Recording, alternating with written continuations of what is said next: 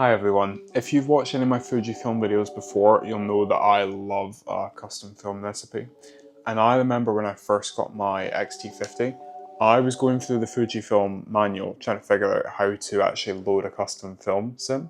And I think eventually I ended up reading multiple articles, watching YouTube videos and trying to figure out why some of my settings were grayed out on my camera menu. So I thought I'd make a short video actually explaining how to get these custom film recipes onto your Fujifilm. I talk a lot about film simulations or recipes in other videos I've made. Every time I share a picture, whether it's here on YouTube or on Photo or Reddit or Instagram or something, I like to talk about film simulations and film recipes. And anyone who has had a Fujifilm or watched any Fujifilm content will know that these are an absolute staple of Fuji photography. So I wanted to make a short video on how to actually load these recipes into your cameras. For anyone who's new or for some background, Fujifilm cameras come with preset film simulations. For example, my X-T50 has 20 built-in film simulations. But there's a whole plethora of other custom simulations that people make online that you can actually load into the camera as custom settings. And these all build on top of the built-in film simulation. So today I'm going to show you how you can actually add these onto your Fujifilm camera. These instructions will work for any newer Fujifilm. I'm using an X-T50 here. There may be some slight differences camera to camera, but these settings should work on pretty much all newer Fujifilm cameras. Please do note though, based on the processor and the sensor, the built-in film simulations do vary camera to camera, so you might find that some film recipes online don't work for your camera because you don't have the base film simulation. And if you haven't heard of it before, I get almost all my recipes from either YouTube, Reddit, or the Fuji X Weekly app. I really can't recommend this one enough. This is a community-driven film recipe app, and there are literally hundreds of film recipes on here. Some of my favourite film simulation recipes came from this Fuji X Weekly app, but you can also find loads and loads of great ones on YouTube, Reddit, pretty much anywhere. My favourite, Classic Cuban Negative, I think I found that on YouTube. I'll try and link it below. But that one is a staple. I've way overused that. I think if you look at one of my most recent videos, about 80% of the pictures I took in Amsterdam were on Classic Cuban Negative, because it's so versatile. But today I'm just going to pick one I like the look of and go through how to load it onto your camera. We're going to go for one of the newer ones, this Kodak Vericolor VPS. And first I'm just going to check that it works on my camera, so X-T50. Yeah, we've got that there. So let's get started. So on your camera you're going to want to go to your image quality settings, and it's the fourth page. So before we put any custom settings into the camera, I want to just explain this auto update custom setting. If this is enabled, whenever you go into your custom setting and you make a change, it automatically updates that custom profile, saves it automatically. I have this disabled so I don't accidentally go in and change my film simulations. And it also lets me go in and play around with settings, and I can revert the setting pretty easily if I don't want to keep it what I've changed it to. But for this video, I'm going to enable it just to make things a little bit easier. So if you go into Edit/Save Custom Settings, you'll see you have usually 7 options here. I've already got 4 film recipes put in here, so I'm going to start a new one, but yours would be in C1 if you've not loaded one before. So create a new custom setting, and the first thing I like to do is change the name.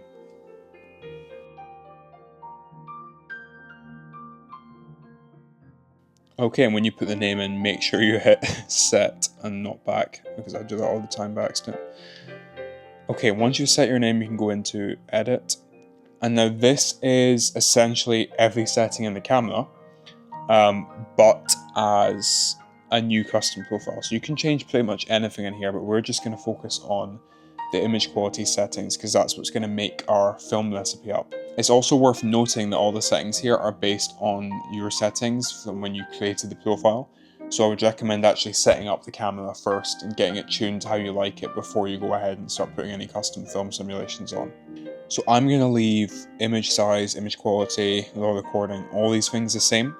But the first setting I want to change is a film simulation, and this is the base setting that we're gonna use to make up our recipe. So for this one here, I want nostalgia negative. So nostalgic neg. And then the next thing I want to change is my grain effect.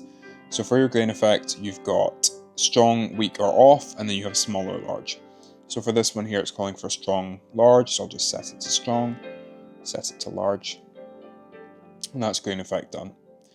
Then for our color chrome effect, we can either have that strong or weak, so I'm going to set that to strong for this recipe. And the same for the color chrome effect blue, we can set that strong or weak. Again, I want that strong for this one. Smooth skin effect, this normally isn't mentioned in the recipes, I'm not going to do anything here. And then this is our white balance. So white balance, we have a few different options.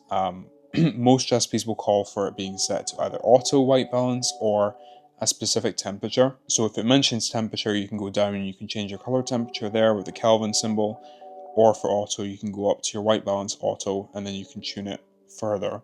So if you're going for auto or color temperature, just choose the one you need. So in this case, I want to set it to 4500 Kelvin, +2 red and -5 black. So I'm going to choose color temperature. I'm going to set this to 4500. So that's 4500 Kelvin.